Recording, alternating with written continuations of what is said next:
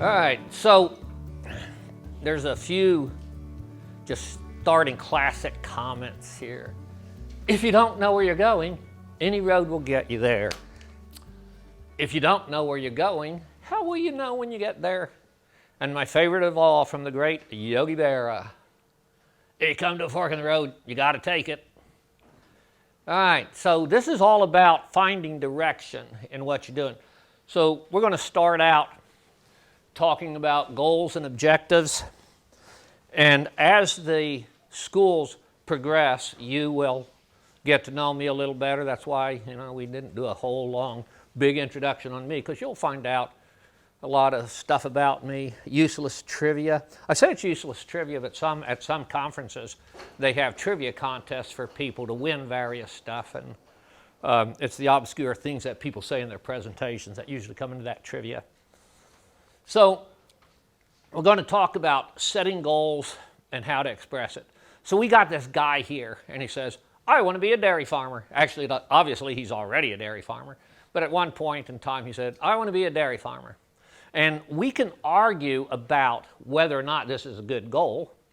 A year ago, the state of the dairy industry was so bad that why on earth would anybody want to be a dairy farmer? All right, so that's his goal, but what does it really tell us? It doesn't tell us anything about the nature of the business, when it's going to happen, anything like that. So rather than just thinking about having a goal somewhere in the back of your head, we want to develop goal statements that actually mean something. When are you going to do this? How many cows? What kind of a system? How much investment? All of those are considerations that have to come into play when you decide that you're going to go into this farming business. David right here, he said he bought a place a year ago. He's had a career in the oil fields. And I'll put you on the spot a little bit later on. not first thing in the morning, but I'll do it when I put everybody else on the spot too. All right, so that's a real vague statement. I want to be a dairy farmer. Now look at this one. I will have one beer tonight. And again, we can argue about whether or not this is a good goal, but it is a good goal statement. Why? Because we can measure it. We know when it's going to happen. We can validate that we have achieved it. That is a good goal statement right there. And if you've gone to very many meetings of any kind over the last 30 years, you have probably been hit with the idea of SMART goals. SMART is an acronym, and we're going to talk a little bit about what that means. So S stands for specific. I want to be a grass-based dairy. Measurable is the M. Milking 60 cows. Attainable. Is it a realistic goal that you can actually make happen within the context of your resources, your finances, your skill sets, your lifestyle expectations? All of those things are important considerations that determine whether it's attainable. And we're only talking about one person right now. Let's bring two people into the equation and see if these goals work together. Are they relevant? Are they related? Some people say related, some people say relevant, some people say realistic. It's a beautiful acronym. You can put anything in there you want. But are they in conflict with one another? And often in family settings and multi-generational farm and ranch businesses, we find that there are goals in conflict. We have couples, husbands or wives or significant others, who have never really talked about their goals for the farm, and find when they do sit down and talk about it, they are just, butting heads. They don't have the same endpoint or vision in mind. And so if you're one person by yourself, it's one thing to set goals that are exclusive to you. But as soon as other people come into this arrangement and relationship and this business, then we have to start balancing those goals out. And then critically important is trackable, time-related, timetable. Yeah, got to have timing on it. You know what we call a goal without a timetable? A dream. It's just a dream. It's not going to happen until you put some specific times to it. So here is a goal statement. I want to have a grass-based dairy farm be milking 60 cows by the spring of 2020 with a dead asset ratio less than 50%. It's specific. It is measurable. It is trackable. Is it attainable becomes the next question, and maybe this less than 50% dead asset ratio is part of the attainable part of it. And now the relevant part of it. Who else is involved with this, and do they want to be milking cows also?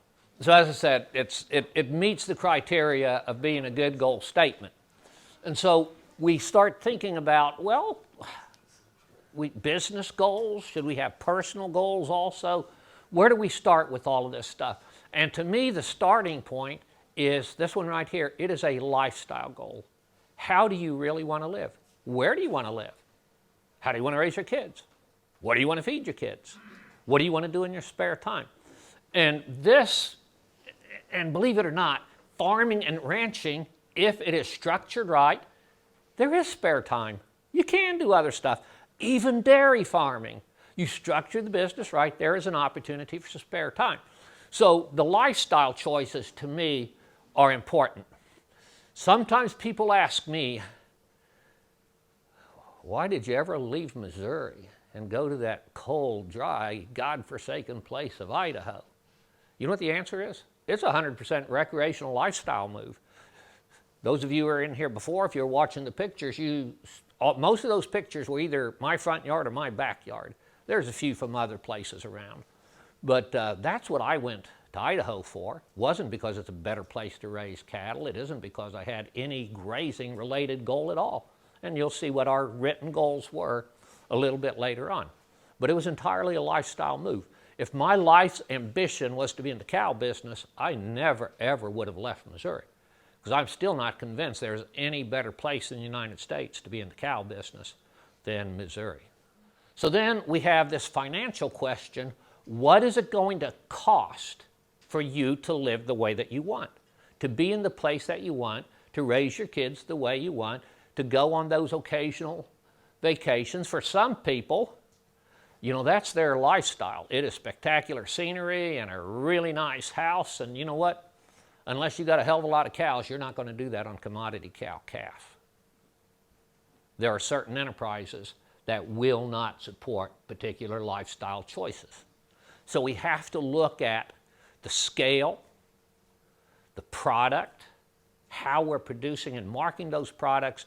Those are financial decisions. Those are financial planning that has to be in place.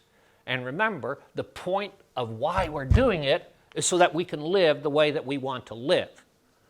So there's a financial foundation that has to be out there also to allow us to live the way that we want. What do you want your environment to look like? Some people are very happy being in a Manhattan office on the 86th floor, as long as they have a corner office with 2 glass sides. You don't want to be in a cubicle. I mean, if you're in a cubicle on the 84th floor in Manhattan, you just as well be in a cubicle in a metal building in Big Timber, Montana. Actually, I think you'd be way off being in a cubicle in Big Timber, Montana, because when you walk out the door, then the real world begins. Anybody besides Brandy ever been to Big Timber, Montana? Yeah, you know what I'm talking about? Yeah, right? Anybody know what Montana's tourist slogan is? The last great place. You know what Idaho is? Idaho is what Montana wishes it could be. I don't know about that. Parts about It depends on where you are. Yeah, it depends on where you're at. Okay. So we think about how do we structure our business to create the working environment that we want. Are we content with exploiting our resources and degrading the land? Are we content with just maintaining it in the state that it's in? Or do we want to go down the path of that R word, the regenerative route, and make the land better than it was when we acquired it? What a radical, green, tree-hugging environmentalist statement. I want to make the land better than it was when I got it. And I cannot, even before I got into this business, I cannot count the numbers of farmers and ranchers over the years who I've heard say that. I want to make this place a better for my kids than it was when I got it. That is a bold, regenerative agriculture statement, and it is a conscientious view that we can have an impact on the environment in which we live. And we sure want to make that a positive impact. And after we do all of those things, then we figure out, what's the production system going to be? How are we going to accomplish this? The worst reason to be in the beef cow business is because that's what my granddaddy did. It may not be the best use of your resources. It may not be the best opportunity in this particular economic climate. It might be. I'm not saying that there aren't places where cow-calf is not absolutely the best choice that you can make. But don't be in a business, whether that's dairy farming, cow farming, growing potatoes, whatever, because that's what we've always done. Because the economic climate changes, the environmental climate changes, people's lifestyle expectations change. And so we need to adapt to those changing demands and requirements. You know, if you stay and continue to do what you've been doing for the last 5 years, 10 years, 20 years,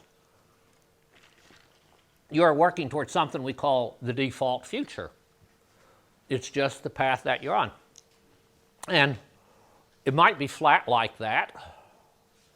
Now, you might have a dream in your head that you wish you were somewhere different than where you are now. I wish I was making more money. I wish I had more time. I wish.